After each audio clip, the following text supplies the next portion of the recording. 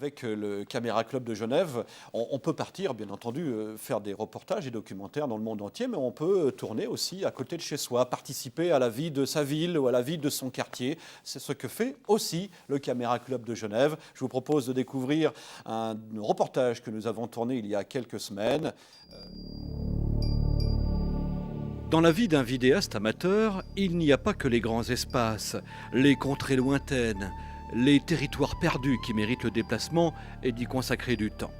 Un vrai vidéaste amateur est avant tout un passionné qui n'envisage pas la vie autrement qu'avec une caméra sur l'épaule, que ce soit dans les glaces polaires, dans la fournaise des volcans, au cœur des traditions du Bénin, sur les chemins de fer du monde, dans la fureur de la Chine moderne, ou à Genève pour un documentaire de proximité comme lors de cette matinée de novembre dans une maison de retraite de la ville, l'EMS, la Terrassière. Le personnage central de ce tournage est Marie-Lie, pensionnaire de l'EMS. Comme chaque semaine, Marie-Lie a rendez-vous chez son coiffeur, ou plutôt chez sa coiffeuse qui vient directement la chercher à la maison de retraite. Petite balade dans le quartier avant l'arrivée au salon. Pour ce tournage, 6 membres du Caméra Club de Genève sont mobilisés. Gilbert Grange, le président du club, derrière une caméra pour les plans de coupe. Pierre Bucci, le preneur de son. Roland Corbin-Boeuf, chargé du making-of. Sorine Birstein, le photographe. Et René Widmer, le réalisateur, à qui l'on doit notamment Dessin Céleste, un superbe documentaire tourné au Ladakh et consacré à l'artiste René Furer. Le tournage de Genève est évidemment moins exotique, mais ça ne change rien pour René Widmer et son équipe.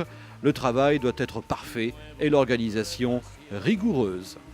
Ça s'organise comme un tournage chez les pros. Simplement, là, c'est du reportage, donc on sait un petit peu ce qu'on va faire, mais évidemment, on choisit le cadrage au moment où ça se passe, très très rapidement, parce que les personnes, que ce soit au niveau de la coiffure, n'ont pas le temps de faire de la mise en scène, de reprendre, parce qu'il y a de la clientèle qui attend.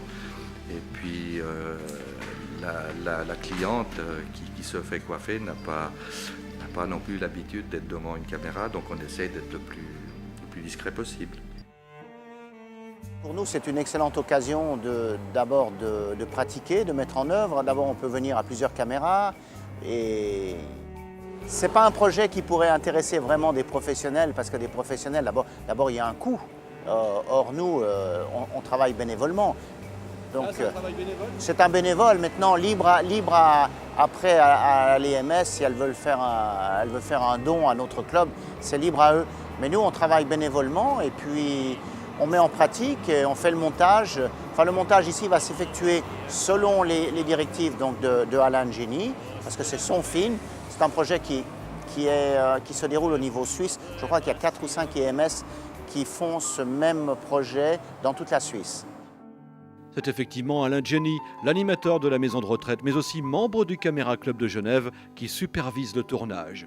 L'idée est de montrer à travers des scènes de vie que l'établissement n'est pas refermé sur lui-même, mais bien au contraire, ouvert sur son quartier, ouvert sur la ville. Dire que ça part d'un projet, qui s'appelle Histoire de Home, qui est en fait le projet de rendre vivant, de montrer vraiment au public qu'il y a vraiment une relation encore entre l'EMS et l'extérieur. On a commencé le projet en demandant aux employés et aux résidents aussi comment ils perçoivent, comment ils se vivent dans l'EMS.